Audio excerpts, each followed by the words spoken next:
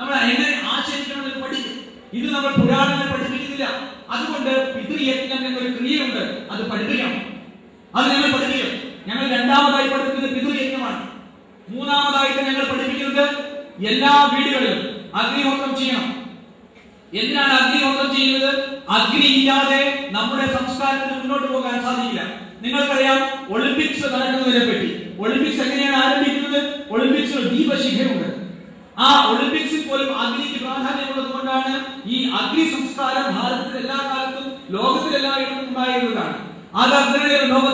അഗ്നി ഞങ്ങളെ അഗ്നി മുന്നോട്ട് നയിക്കുന്നതാണ്. അതുകൊണ്ട് ആ അഗ്നി ഞങ്ങളുടെ കൂടെ വേണമെന്നതുകൊണ്ടാണ് നമ്മൾ ഈ പരിപാടി ഉദ്ഘാടനം ചെയ്യുന്നത്. അഗ്നി തെളിയിച്ചുകൊണ്ടാണ്. വിവാഹം അഗ്നി സാക്ഷിയായിട്ടാണ്. മരിച്ചു കഴിഞ്ഞാൽ ഒരു അഗ്നി കത്തിച്ചു വെക്കും. എന്താണ് അഗ്നി? അഗ്നി ഞങ്ങളെ മുന്നോട്ട് നയിക്കുന്ന സർവേശ്വരനാണ് അഗ്നി എന്ന അർത്ഥത്തിലാണ്. അങ്ങനെയുള്ള അഗ്നി നമ്മൾ മുന്നോട്ട് നയിക്കുകയാണ്. അങ്ങനെയുള്ള അഗ്നിയാണ് എല്ലാം. പണ്ട് കാലത്തൊക്കെ നമ്മൾ പിറന്നാൾ ആഘോഷിക്കുന്നത് ഒരു ഇലയിട്ട് ആ ഇലയ്ക്ക് ഒരു വിളക്ക് കത്തിച്ച് അതൊക്കെ ഈശ്വരനാണെന്ന് പറഞ്ഞ് കൊടുത്തുകൊണ്ടാണ് നമ്മൾ കഴിച്ചിരുന്നത്. അന്ന് നമ്മൾ പറഞ്ഞിരുന്ന പ്രാർത്ഥന എന്തായിരുന്നു വെച്ചാൽ അസതോമ സദ്ഗമയ തമസോമ ജ്യോതിർഗമയ മൃത്യോർമ അമൃതം ഗമയ എന്നാണ്. അസതോമ സദ്ഗമയ, അസത്തിൽ നിന്ന് ഞങ്ങളെ സത്യത്തിലേക്ക് നയിച്ചാൽ, തമസോമ ഇരുട്ടിൽ നിന്ന് ഞങ്ങളെ ജ്യോതിർഗമയ വെളിച്ചത്തിലേക്ക് നയിച്ചാൽ എന്നാണ്. ഇന്ന് നമ്മൾ 27ാം പിറന്നാൾ ആഘോഷിക്കുന്ന സമയത്ത് ഒരു കേക്ക് ഉണ്ടാക്കി വെച്ച് ആ കേക്കിന് ചുറ്റും 27 മെഴുകുതിരി ഉണ്ടാക്കി എന്ന് ഊതി കിടത്തിക്കൊണ്ട് നമ്മൾ പറയും ഞങ്ങൾ എല്ലാവരും വെളിച്ചത്തിൽ നിന്ന് ഇരുട്ടിലേക്കാണ്. വെളിച്ചത്തിൽ നിന്ന് ഇരുട്ടിലേക്ക് പോകാൻ വേണ്ടി തയ്യാറെടുക്കുന്ന ഒരു സമൂഹമായി നമ്മൾ മാറി. നമ്മൾ ഒരിക്കലും ഇപ്പോൾ തമസോമ ജ്യോതിർഗമയ എന്നതിലല്ല. നമ്മൾ എപ്പോഴൊക്കെ നമ്മളിപ്പോൾ ആലോചിക്കുന്നത് നമുക്ക് ഇരുട്ടിലേക്ക് എങ്ങനെ പോകാൻ കഴിയും. അതുകൊണ്ട് ഒരു കവി തന്നെ പാടി നമുക്ക് ഇരുട്ട് തമസല്ലോ സുഖപ്രദം എന്ന്. ആ കവിയുടെ പാട്ട് കൂടിയായപ്പോൾ നമുക്കത് പൂർണ്ണമായി എന്നർത്ഥം. അപ്പോൾ നമ്മുടെ ജീവിതചര്യ എങ്ങനെ നഷ്ടപ്പെട്ടു പോകുന്നു? അഗ്നിഹോത്രം ചെയ്യണം. എന്തിനാണ് അഗ്നിഹോത്രം ചെയ്യുന്നത്? ദിവസവും അഗ്നിഹോത്രം ചെയ്യുന്ന ഒരാളുടെ മുഖത്ത് അസാധാരണമായ തേജസ് ഉണ്ടാകും. അദ്ദേഹം പറയുന്നുണ്ട് ഒരു ദൂതിനു വേണ്ടി കൃഷ്ണൻ പോകുന്ന രംഗമുണ്ട്. ദുര്യോധനെ കാണാൻ വേണ്ടിയിട്ട് എങ്ങനെയെങ്കിലും യുദ്ധം ഇല്ലാതാക്കണം എന്ന് വിചാരിച്ചു പോകട്ടെ. അപ്പൊ പറയും ഒരു സന്ധ്യയായി, വൈകുന്നേരമായി. അപ്പൊ കൃഷ്ണൻ പറയും സന്ധ്യയായി, ഇനി എനിക്ക് അഗ്നിഹോത്രം ചെയ്തിട്ട് സന്ധ്യാവന്തനവും ചെയ്തിട്ട് തേര് നിർത്തും. കൃഷ്ണൻ പറഞ്ഞതാണ്, മഹാഭാരതത്തിലുള്ള വരികയാണ്. അതാണ് ഇവിടെ കാണുന്ന ചിത്രം. അഗ്നിഹോത്രം ചെയ്യുന്ന കൃഷ്ണൻ പറയുന്നത് എന്താണ്?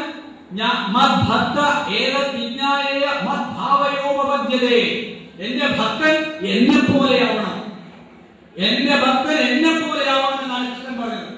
അതായത് കൃഷ്ണൻ പറയുകയാണ് തേര് നിർത്തു, എനിക്ക് അഗ്നിഹോത്രം ചെയ്യണം, സന്ധ്യാവന്തനം ചെയ്യണം. 10 മിനിറ്റ് എടുക്കും, മാക്സിമം 15 മിനിറ്റ്. ഏറ്റവും ചുരുക്കം ചിക്കുൻകുഞ്ഞി എങ്കിലും ഉണ്ടാവില്ല. കാരണം അതിനകത്തുള്ള സുഗന്ധങ്ങൾ കൊണ്ട് ആ ചിക്കുൻകുഞ്ഞി എങ്കിലും ഉണ്ടാവാനുള്ള സാധ്യത ഇല്ലാണ്ടാവും അഗ്നിഹോത്രം ചെയ്യണം. മൂന്നാമതായിട്ട് ഞങ്ങൾ പഠിപ്പിക്കുന്നത് ഒന്നാമത് സന്ധ്യായജ്ഞം, രണ്ടാമത് ദേവയജ്ഞം, പിതൃയജ്ഞം, നാലാമതായിട്ട് ഞങ്ങൾ പഠിപ്പിക്കുന്നത് ബലിവൈശ്വദേവം. അതായത് എല്ലാ ജീവജാലങ്ങൾക്കും ഭക്ഷണം കൊടുക്കാം. എല്ലാ ജീവജാലങ്ങൾക്കും ദിവസത്തിൽ ഒരു നേരം ഭക്ഷണം കൊടുക്കണം. നമ്മുടെ വരുമാനത്തിന്റെ ഒരംശം ദാനം ചെയ്യാൻ തയ്യാറാവണം, കൊടുക്കാൻ തയ്യാറാവണം. നമ്മൾ ഇന്ന് കൊടുക്കാറില്ല, വാങ്ങി വെക്കാറേ ഉള്ളൂ. കൊടുക്കാത്തത് കൊണ്ടാണ് ഹിന്ദു ധർമ്മത്തിൽ ഇത്രയധികം പ്രതിസന്ധി ഉള്ളത്. എല്ലാ ജീവജാലങ്ങൾക്കും കൊടുക്കണം. അങ്ങനെ എല്ലാ ജീവജാലങ്ങൾക്കും കൊടുക്കാൻ തുടങ്ങിയാൽ സ്വാഭാവികമായിട്ടും ഒരു മാറ്റവും. ഇത് നമ്മളെല്ലാം വ്യാജന്മാരാണ്.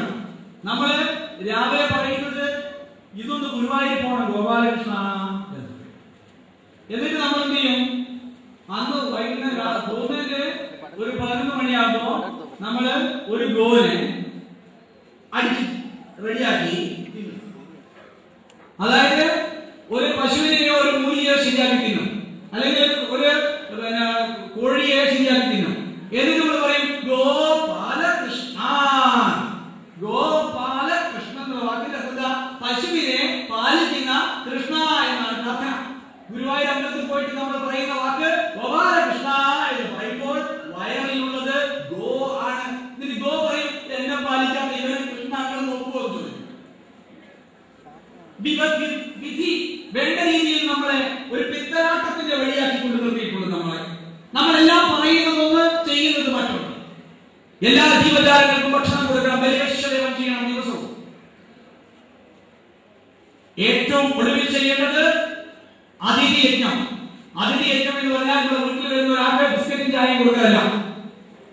തിഥി എന്ന് പറഞ്ഞാൽ ഏകാദശി, ത്രയോദശി, ചതുർദശി. ആ തിഥി നോക്കാതെ വരുന്ന ഋഷിമാർ, സന്യാസിമാർ, വേദപണ്ഡിതർ എന്നിവരാണ് ഈ പറയുന്ന ആളുകൾ.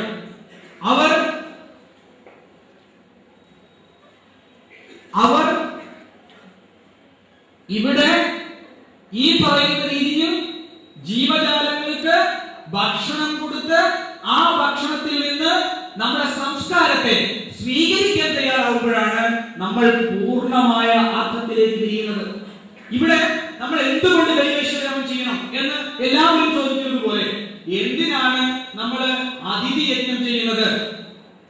ഈ ഋഷിമാര്, ഈ ആചാര്യന്മാര് പണ്ട് നമ്മുടെ വീട്ടിൽ വന്ന കാലത്ത് പറയും, ഒരു കുട്ടി, പെൺകുട്ടി, ഞാൻ പല പെൺകുട്ടികൾ നോക്കുന്ന സമയത്ത് ഇവരൊന്നും പൊട്ടുവിടാറില്ല. നമ്മൾ പറഞ്ഞത് മൂന്നാം കണ്ണെന്ന് തുറന്നു കിട്ടിയാൽ ചെറിയ കാഴ്ചപ്പാടല്ല, വലിയ കാഴ്ചപ്പാടുണ്ടാവുന്ന. അതിനാണ് നമ്മൾ ഇവിടെ ഒരു വലിയ ബാങ്ക് ഉണ്ട്, അവിടെയാണ് നമ്മൾ ചന്ദനം പൂശുന്നത്. കുളിമയാണ്, നല്ല ബുദ്ധിയാണ്. ഇത് ചായക്ക് പുറത്താണ്, ഞാൻ പറഞ്ഞതല്ല. കട്ടകാലത്ത് ആരോഗ്യം ഇന്നത്തെ ആരോഗ്യം മരുന്നുണ്ടാക്കിയാണ്.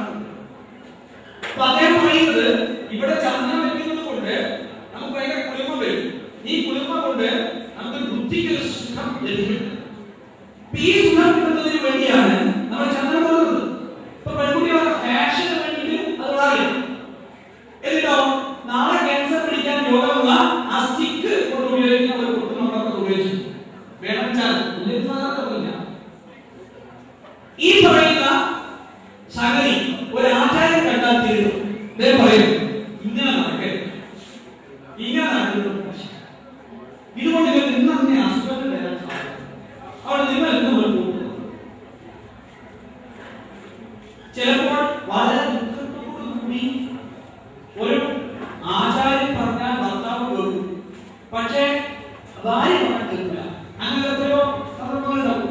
ഭാര്യയ്ക്ക് ഒരു ആചാര്യനോ ഒരു ഗുരുനാഥനോ ഒരു സന്യാസിയോ നോക്കി വരുമ്പോ ഇങ്ങനെ ഒരു പ്രശ്നം പരിഹരിച്ചു തരണം എന്ന് പറഞ്ഞാൽ അദ്ദേഹം പറയും, അടുത്ത് വിളിച്ചില്ല, അതെ ശരിക്കും നടക്കരുത് കേട്ടോ.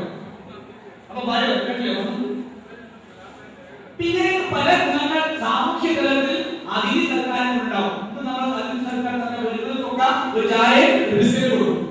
ഇവരൊന്നും അതിഥികളൊന്നല്ല, നിങ്ങൾ കാണാൻ തന്നെ അതിന് അതിഥികളെ കിടക്കാൻ വെക്കാൻ വയ്യ. ഇവരെ ഈ പറയുന്ന 5 യജ്ഞങ്ങൾ, ഒന്ന് ബ്രഹ്മയജ്ഞം അഥവാ സന്ധ്യാവനം, 2 ദേവയജ്ഞം അഥവാ അഗ്നിഹോത്രം, മൂന്നാമത് പിതൃയജ്ഞം അച്ഛനമ്മമാരെ ശുശ്രൂഷിക്കൽ, 4ാമത്തത് അതിഥി യജ്ഞം, 5 ബലിവൈശ്വദേവം. ഇതുകൊണ്ടുള്ള ഗുണം എന്താണ്? ഈ 5 ആചരണങ്ങൾ കൃത്യമായി ചെയ്താൽ, ഒന്നാമത്തെ ബ്രഹ്മയജ്ഞം ചെയ്യുന്ന സമയത്ത് എന്റെ ഉള്ളിൽ ഒരു ഈശ്വരനുണ്ട് എന്ന ബോധം എനിക്കുണ്ടാവും. രണ്ടാമതായിട്ട് ദേവയജ്ഞം അഥവാ അഗ്നിഹോത്രം ചെയ്തു കഴിഞ്ഞാൽ ഈ വിറകുകൊള്ളിയിൽ പോലും ഈശ്വരനുണ്ട് എന്ന തോന്നലുണ്ടാവും. എന്തിനാണ് അഗ്നിഹോത്രം ചെയ്യുന്നത് എന്നൊരു ചോദ്യം എല്ലാവരും ചോദിക്കാറുണ്ട്. എന്തിനാണ് അഗ്നിഹോത്രം ചെയ്യുന്നത്? അഗ്നിഹോത്രം ചെയ്യുന്നത് എന്തിനാണെന്ന് വളരെ രസകരമായി പറഞ്ഞിട്ടുണ്ട്. അയന്ത ഇദം ആത്മാചാതവേദസ്തേനേ ജസ്വബദ്ധസ്വ ചേതവർദ്ധയ ചാസ്മാൻ പ്രജയാ. നല്ല കുറ്റം ഉണ്ടാവട്ടെ.